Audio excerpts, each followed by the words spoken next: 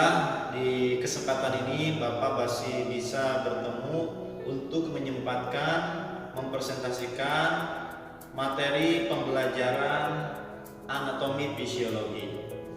Dan di kesempatan ini Bapak masih membahas tentang bahasan sistem syaraf. Dan sebelumnya kemarin Bapak sudah memaparkan, menjelaskan mengenai pokok bahasan anatomi sistem syarafnya. Dan selanjutnya untuk sekarang Bapak pokok bahasannya yang akan disampaikan di kesempatan ini yaitu tentang pemeriksaan diagnostik sistem syaraf. Adik-adik semua, pemeriksaan pada sistem syaraf itu dilakukan dengan cara bagaimana? Nah, untuk memvalidasi, untuk menambah meyakinkan penetapan diagnosa dokter dengan baik, yaitu dengan cara dilakukan pemeriksaan, yaitu pertama dilakukan pemeriksaan diagnostik dan yang kedua dilakukan dengan cara pemeriksaan fisik, ya, untuk memberikan penunjang terhadap masalah yang nanti bakal ditemukan, ya. Nah, untuk pemeriksaan pada sistem syaraf ini dan pada pemeriksaan diagnostik ini yaitu dilakukan dengan prosedur pemeriksaan secara umum yang nanti kedepannya Bapak akan menjelaskan mengenai prosedur itu diagnostik seperti lumbal fungsi, ya, ada diagnostik angiografi, ada elektroensefalografi, elektromiografi, dan juga ada pemeriksaan CT scan otak. Nah, adik-adik semua, nah, yang pertama yaitu pemeriksaan diagnostik ada yang namanya prosedur lumbal fungsi. Nah, lumbal fungsi ini merupakan prosedur pemeriksaan diagnostik yang dilakukan dengan cara seperti apa? Yaitu dilakukan dengan cara pengambilan cairan cerebrospinal melalui fungsi lumbal pada daerah lumbal di belakang, ya. Nah, seperti tampak di gambar di samping yang Bapak paparkan, ya. Nah, nanti teknisnya dengan menggunakan step atau jarum suntik diambil cairan yang ada di daerah lumbal ini, ya. Nah, seperti tampak di samping pada pemaparan presentasi yang Bapak tampilkan, ya. Nah, dan selanjutnya, nah, ini untuk melakukan prosedur lumbal fungsi tentunya ada persiapannya. Pertama, harus mempersiapkan alatnya terlebih dahulu, ya. Apa saja yang harus dipersiapkan alatnya? Pertama, bak steril, ya. Jadi sebuah tempat nanti untuk menempatkan alat-alat atau obat yang diperlukan ketika melakukan tindakan. Ada tabung reaksi, ya, untuk menyimpan sampel, ya. Ada bengkok. Bengkok ini untuk membuang sampah dari hasil tindakan. Ada pengalas, ya, pengalas. Ada disinfektan, ya, nanti untuk membunuh bakteri atau kuman yang ada di area yang mau dilakukan tindakan. Tentunya juga persiapkan plester, gunting barangkali nanti diperlukan. Ada manometer, ini sejenis alat untuk mengukur tekanan, ya, tekanan fungsi ketika mau dilakukan pengambilan. Ada lidocaine, ya, sejenis obat anti nyeri, ya. Jadi ketika melakukan penusukan dengan dikasih obat lidocaine untuk meminimalkan nyeri, ya. Masker, baju periksa, tutup kepala, sarung tangan, nah itu alat-alat yang pastinya harus dipersiapkan sebelum melakukan prosedur, ya. Nah, selanjutnya, ya, bagaimana prosedur yang harus dilakukan ketika melakukan pemeriksaan? Nah, ternyata ada langkah-langkah yang harus kita lakukan untuk melakukan prosedur pemeriksaan lumbal fungsi ini. Apa saja? Yang pertama, tentunya posisikan pasien dengan posisi lateral rekumben dengan bagian punggung di pinggir tempat tidur. Artinya posisi miring, ya. Posisi miring tapi sambil miring, ya. Si posisi pasiennya dengan lutut pada posisi fleksi, artinya menekuk, ya, menempel pada abdomen atau perut, ya. Jadi posisi seperti meringkuk, ya, posisi seperti kedinginan, ya. Leher fleksi, diharapkan sampai ke dagu, yaitu menempel pada bagian dada. Jadi seperti posisi bayi lagi kedinginan, ya. Nah itu, ya. Jadi posisikan diharapkan nanti dianjurkan pada pasiennya lateral rekumben, ya. Pilih lokasi selanjutnya, pilih lokasi fungsi, beri tanda pada celah cerebrospinal yang telah ditentukan, ya. Nanti di lokasi pengambilannya, ya.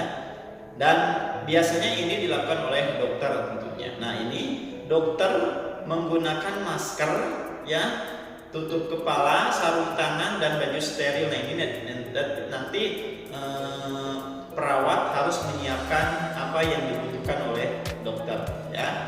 Nah, selanjutnya didisinfeksi biasanya kulitnya, ya, area yang mau dilakukan lumbal fungsi, dan dibentuk lapangan steril dengan duk penutup. Tentunya nanti ada duknya, yaitu sejenis penutup yang bolong. Dikasih anestesi lokal tadi yang sudah disiapkan, lidocaine untuk meminimalkan nyeri, dan infiltrasi jaringan dalam hingga ligamen longitudinal dan periskop. Biasanya itu dilakukan oleh dokter, ya.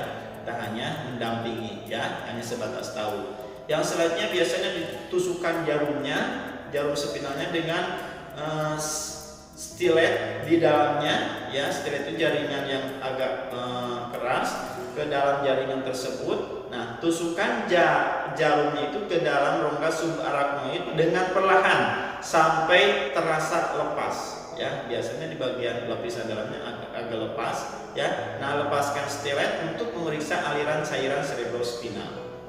Nah, itu tahapannya, ya. Nah, ini selanjutnya yang keenam, hubungkan jarum lumbal dengan manometer pemantau tekanan seperti yang tadi Bapak sudah bilang, ya. Sebelum mengukur tekanan, tungkai dan kepala harus diluruskan. Bantu pasien meluruskan kakinya secara perlahan. Jadi pas dilakukan pengambilan tadi kan posisinya fleksi kaki, kepalanya sampai ke dagu. Nah, setelah dihubungkan dengan manometernya, diluruskan kembali, ya, kepala sama bagian kakinya dengan tentunya perlahan, ya. Selanjutnya, anjurkan pasien bernapas dengan normal dan hindari dengan mengejan, ya. Jangan sampai kaku si pasiennya, ya. Dikasih penjelasan. Tampung cairan cerebrospinal untuk pemeriksaan itu masukkan ke dalam tabung reaksi, ya, yang sudah tentunya berisi reagen, ya. Perhatikan terbentuk endapan putih atau tidak dalam tabung tersebut, ya. Lihat reaksinya seperti apa, ya. Nah, selanjutnya setelah prosedur selesai, lepaskan manometer, masukkan kembali stilet jarum lumbal, ya. Kemudian lepaskan jarumnya, ya. Pasang balutan pada bekas tusukan, ya. Nah, nanti kapan-kapan kita langsung dilakukan praktek, ya, kalau ada kesempatan waktu.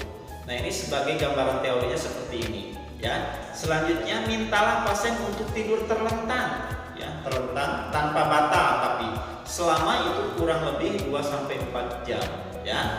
Observasi, ya, fungsi itu yang telah dilakukan lumbal fungsi terhadap kemungkinan pengeluaran cairan cerebrospinal yang berlebihan atau melebar kemana-mana, ya. Nanti dipantau terus. Nah, itu diobservasi fungsinya seperti apa.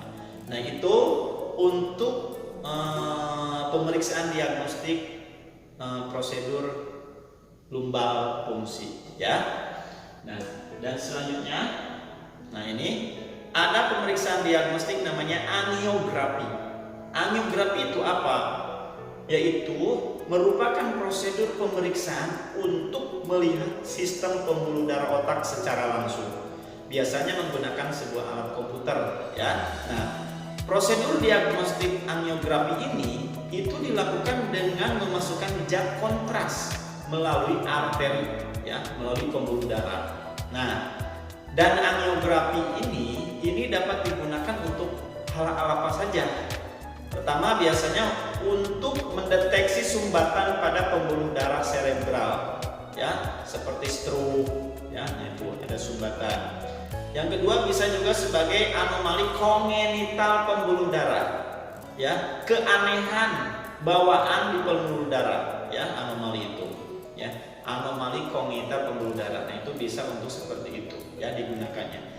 Juga untuk pergeseran pembuluh darah ya, perubahan posisi ini bisa digunakan untuk diagnostik ini ya.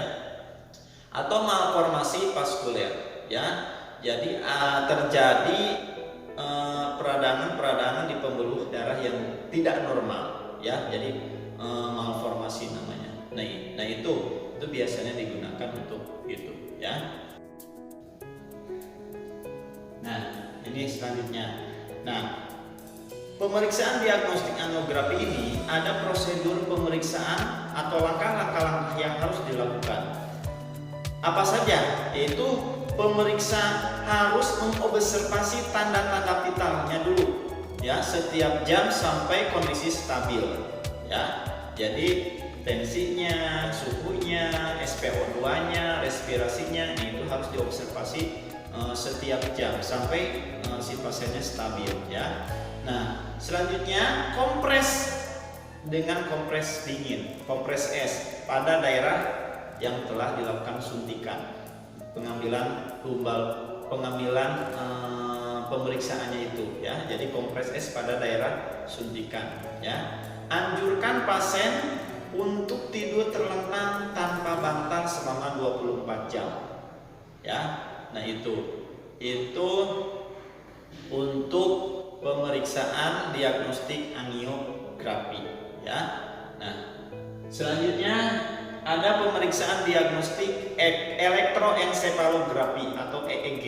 Nah, EEG ini merupakan suatu cara yang digunakan untuk merekam aktivitas listrik otak melalui tengkorak yang utuh ya. Nah, dan tentunya ketika melakukan pemeriksaan EEG ini ada prosedur pelaksanaan EEG dilakukan dengan menempelkan elektroda ya pada berbagai daerah bagian tengkorak kepala ya, di permukaan otak di kepala, nanti direkam ya. Dan perekaman ini akan terjadi terus-menerus selama beberapa menit dan terjadi tentunya fluktuasi yang tercatat pada kertas EEG ya, atau elektroensefalografi ya. Jadi nanti ditempelkan elektrodanya ya. Nah, seperti ini gambarnya ya. Nanti akan terekam ya di dalam kertas EEG ya. Itu pemeriksaan diagnostik elektroensefalografi ya. Dan selanjutnya ini, selanjutnya pemeriksaan diagnostik namanya EMG atau elektromiografi. Apa itu EMG? Ini merupakan suatu prosedur medis yang dilakukan untuk mengukur dan mencatat aliran listrik yang ditimbulkan oleh otot-otot skeletal. Jadi nanti ketahuan ya aktivitas listrik yang ada di dalam otot. Nah, sebelum dilakukan prosedur ini, pastikan pasien tidak menggunakan obat-obatan depresan atau sedatif. Obat depresan itu obat yang merangsang, yang mempengaruhi oleh ke dalam sarafnya ya. Nah, selama berapa jam? Selama 24 jam prosedur. Nah, seperti ini gambarannya ya. Nah, seperti ini seperti ini nanti pemeriksaannya ya, dengan cara alatnya ditempelkan di tangan, nanti bisa ketahuan, diukur, dicatat aliran listrik ya yang ditimbulkan oleh otot skeletal ya. Dan tentunya nah ini prosedur pelaksananya seperti apa ya? Ya, pertama, posisikan pasiennya untuk berada di samping tempat tidur atau bisa juga di ruang tindakan khusus ya. Yang pertama, yang kedua, pasang elektroda di bagian saraf yang akan diperiksa ya. Kalau di tangan. Mulailah dari dosis kecil untuk mengalirkan rangsangan listriknya melalui elektroda ke saraf dan otot yang ada di organ tersebut ya. Dan selanjutnya gunakan jarum elektroda itu dengan nomor yang sesuai, yaitu biasanya 1,3 sampai 7,3 cm untuk mengetahui potensial otot yang ditimbulkan ya. Selanjutnya ya, perawat berusaha memberikan rasa nyaman ya bagi pasien dan memantau daerah penusukan terhadap kemungkinan terjadinya hematom atau terjadinya perdarahan ya di dalam jaringan di bawah kulit ya, ada hematom ya. Nah, setelah prosedur selesai dilakukan, kompres es ya daerah penusukan itu ya. Untuk apa? Ini untuk mengurangi rasa nyeri dan ciptakan lingkungan yang memudahkan pasien untuk istirahat. Nah, ini prosedur elektromiografi ya. Nah, ini selanjutnya ada pemeriksaan diagnostik yang terakhir. Ada yang namanya CT scan atau computerized axial tomography ya. Itu kepanjangan CT scan. Nah, CT scan ini adalah sebuah prosedur pemeriksaan untuk mendapatkan gambaran dari berbagai sudut kecil dari tulang tengkorak dan otak yang ada di bagian kepala. Karena pemeriksaannya nanti dimasukkan ke dalam sebuah komputer dengan media tertentu, nanti diputar-putar penderitanya atau si pasiennya ya. Dan dalam sistem saraf ini, CT scan ini biasanya digunakan untuk penggunaan pemeriksaan apa saja masalah-masalah yang bisa ditemukan. Biasanya pertama untuk mendeteksi gambaran lesi tumor atau ada perlukaan tumor di dalam organ kepala atau bagian otaknya ya. Ada juga bisa untuk digunakan untuk hematom. Hematom itu ada perdarahan di jaringan otaknya ya akibat benturan atau trauma.